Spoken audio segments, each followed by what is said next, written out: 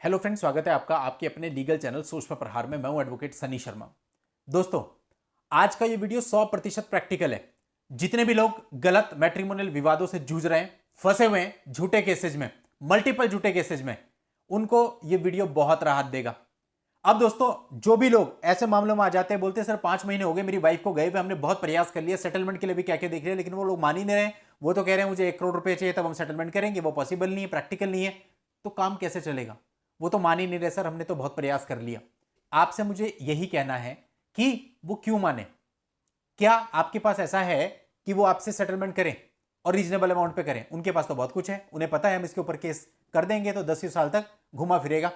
उनको यह भी पता है कि अगर हम मेंटेनेंस का केस डाल देंगे तो एनी हाउ कुछ ना कुछ पैसा मिलने लगेगा। और उनको यह भी पता है कि वो आपके पूरे परिवार को हैरेस कर सकते हैं। उनके दिमाग में कहीं ना कहीं यह भी रहता है कि हम इसकी प्रॉपर्टी पे भी हिस्सा ले सकते हैं।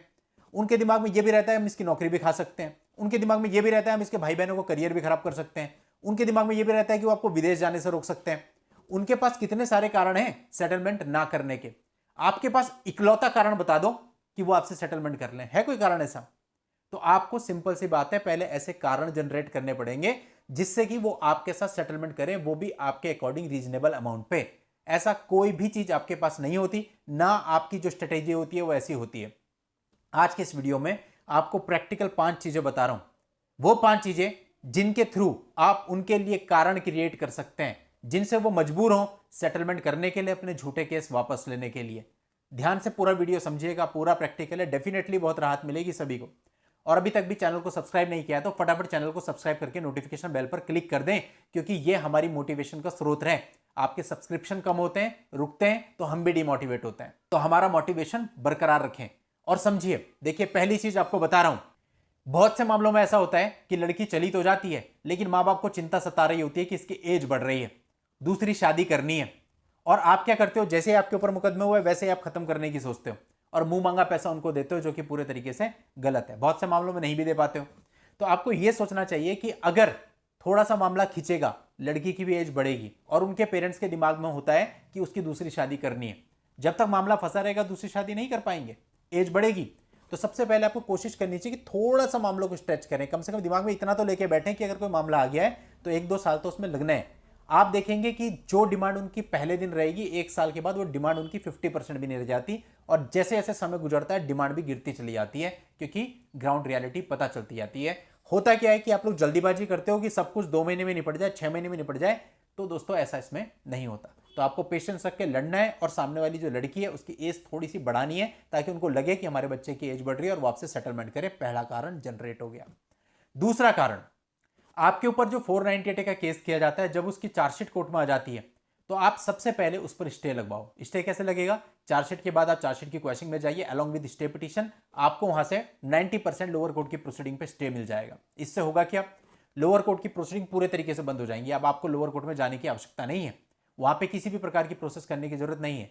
अब हो सकता है कि लड़की का पेरेंटल होम दूसरी जगह पे हो और उनका ये उद्देश्य होता है कि आपको वहां पूरी फैमिली के साथ बुलाएं, तो वो उद्देश्य उनका फेल हो गया। देखिए, वो भी अगर मामले को चार्जशीट तक पहुंचाते हैं तो उनको भी बहुत मेहनत करनी पड़ती है और साल भी लग जाता है, 1.5 साल भी लग जाता है कई बार चार्जशीट तक मामला पहुंचने में।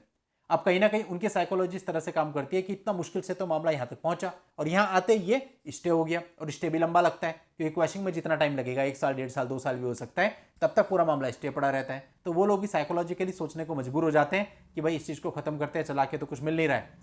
तो ये दूसरा कारण जनरेट कर दिया आपने उनके लिए कि वो सोचने पे मजबूर हो कि सेटलमेंट कर लेते हैं तो ज्यादा अच्छा रहेगा। तीसरा कारण, मेंटेनेंस लग गया आपके ऊपर और आपको पता है कि पूरा झूठे तथ्यों पर आधारित है। लेकिन जनरली होता है कि कोर्ट्स कुछ ना कुछ मेंटेनेंस बांध ही देता है कि आप हस्बैंड है, लेकिन कभी भी इस चीज का आकलन नहीं किया जाता कि वाइफ ने अपनी रिस्पॉन्सिबिलिटीज को निभाया, क्या वाइफ की कोई गलती तो नहीं है। और अगर गलती है भी तो भी इंटर मेंटेनेंस बन जाता है, क्योंकि कोर्ट कहता है कि वो विचारण में देखेंगे, विचारण बहुत लंबा चलता है और तब तक इनको अगर पैसा अच्छे से मिलता रहेगा ये क्यों आपसे सेटलमेंट करेंगे। फॉर एग्जाम्पल, किसी लड़की का मंथली मेंटेनेंस 25,000 रुपये महीना बन गया और आप 25,000 रुपये महीना उसको दे रहे हैं, तो वो क्यों आपसे सेटलमेंट करेंगे? वो तो चाहेंगे जीवन भर 25,000 रुपये लेते रहे। कई बार छुप छुपा के शादी भी कर देते हैं, उसके बाद भी मेंटेनेंस की अमाउंट चलती रहती है। तो यहां पर आपको क्या करना है कि अगर आपको लगता है कि आपका मेंटेनेंस झूठे मामले में बंधा है, गलत तरीके से बंधा है, सही नहीं है और वो लोग उसका फायदा उठा रहे हैं और आप ही से मेंटेनेंस लेके आपको परेशान कर रहे हैं, तो ऐसे मामले में आप मेंटेनेंस बिल्कुल मत दीजिए। जो भी होगा देखा जाएगा, कोई प्रॉब्लम नहीं है। अगर मेंटेनेंस की अमाउंट उनको स्मूथली मिलती रहेगी, वो कभी भी आपसे सेटलमेंट नहीं करेंगे। जहां उन्हें पता चलेगा कि 1 महीने का मेंटेनेंस लेने के लिए 6 महीने कोर्ट में चक्कर मारने पड़ रहे हैं और जितना मेंटेनेंस का अमाउंट मिल रहा है उससे 3 गुना लिटिगेशन में जा रहा है, तो वो भी इस बात पर आ जाएंगे कि भाई इसे चला के फायदा क्या है, इसको निपटाने में ही फायदा है। तो ये आपने उनके लिए तीसरा कारण जनरेट कर दिया, जिससे कि वो ये सोचेंगे कि इसे निपटा लें। चौथा कारण जो मैंने कई वीडियोज में बताया, जिन पर मैंने स्पेसिफिक वीडियोज बनाए, जिनका मैं कहता हूं जो मामले हमारे पास सबसे ज्यादा आते हैं, क्या कि आप उनके ऊपर काउंटर केस दर्ज करें। अब ये मत बोलना पुलिस काउंटर केस लेती नहीं है, ये नहीं करती है, वो नहीं करती है, वो सब बात ठीक है, उनके बावजूद हमको काउंटर केस करना है। इतना आसान तो नहीं है, तो मुझे भी पता है, लेकिन हमें करने हैं और करने भी ऐसे हैं कि वो उस काउंटर केस के प्रभाव में आ जाए, उसके दबाव में आ जाए और ऐसा हो जाए कि वो निपटाने को रेडी हो जाए। ऐसे ऐसे मामले हैं कि 1 करोड़ वाले काउंटर केस के बाद 1 लाख में सेटलमेंट करते हैं। अब ऑब्वियसली आप लोग बहुत दूर दूर रहते हैं, हालांकि वैसे तो दूर की क्या बात करूं, लोगों का हेरेसमेंट इतना ज्यादा है कि लोग बैंगलोर तक से हमारे यहाँ पे देहरादून विजिट करते हैं 1 घंटे की मीटिंग के लिए। कैन यू इमेजिन, उड़ीसा से, मेघालय से 1 घंटे की मीटिंग के लिए लाखों रुपए अपना ट्रैवलिंग में खर्च करके आते हैं कि उन्हें किसी तरह से राहत मिल जाए। आप उनकी पीड़ा का अंदाजा लगा सकते हैं, सिर्फ इसलिए कि उनकी तरफ से कोई काउंटर केस दर्ज हो जाए। इससे हमें पता चलता है कि जो काउंटर केस है उसे दर्ज कराना इंडिया के अंदर कितना मुश्किल है, क्योंकि यहां से अगर मैं बैठ के आपको 4 सेक्शन बता दूं, आप प्रैक्टिकल उसका इंप्लीमेंटेशन नहीं करा पाएंगे। आप पुलिस में जाएंगे, पुलिस आपको सपोर्ट नहीं करेगी, कोर्ट में जाएंगे, वहां भी 1000 मुश्किलें आएंगी। तो उसके लिए आपको एक पीछे से सपोर्ट चाहिए कि वो चीजें हो पाए। खैर एनीवे, उस पर कई सारे वीडियोज मैंने ऑलरेडी बनाए हुए हैं। यहां मैं सिर्फ ये बात कर रहा हूं कि अगर हम इन पर काउंटर केस अच्छे तरीके से कर देंगे और ये मजबूर होंगे कि इन्हें आपके प्लेस पे आना पड़ेगा। अब इनकी ख्वाहिश थी कि 500 किलोमीटर दूर आपको बुलाएं, अब सेम इनके ऊपर भी अप्लाई हो गया कि 500 किलोमीटर दूर इनको भी आना पड़ेगा। तो ऑब्वियसली ये 1 डेट, 2 डेट, 3 डेट पे टूटेंगे और इनके सामने एक बहुत बड़ा कारण जनरेट हो जाएगा कि इसे निपटाने में अपनी भलाई समझेंगे। तो आपने ये 4 कारण इनके लिए जनरेट कर दिए। 5वां कारण, आप खुश रहो, क्योंकि आपको दुखी देख करके ये लोग खुश होते हैं और इनको लगता है हाँ और बढ़ाओ और बढ़ाओ। लेकिन जब ये देखते हैं कि आप खुश हो और आपको ढेला फर्क नहीं पड़ रहा, तो फिर इनको भी लगता है कि भैया फायदा क्या इसे चला के। आप दुखी रहोगे तो आप उससे उनको बल देते हैं। तो ये 5वां कारण है जो आप उनके लिए जनरेट करोगे, जो सबसे बड़ा कारण है, आपके लिए भी बहुत जरूरी है। तो दोस्तों यहाँ पे 5 कारण, बहुत बड़े कारण हमने उनके लिए जनरेट कर दिए।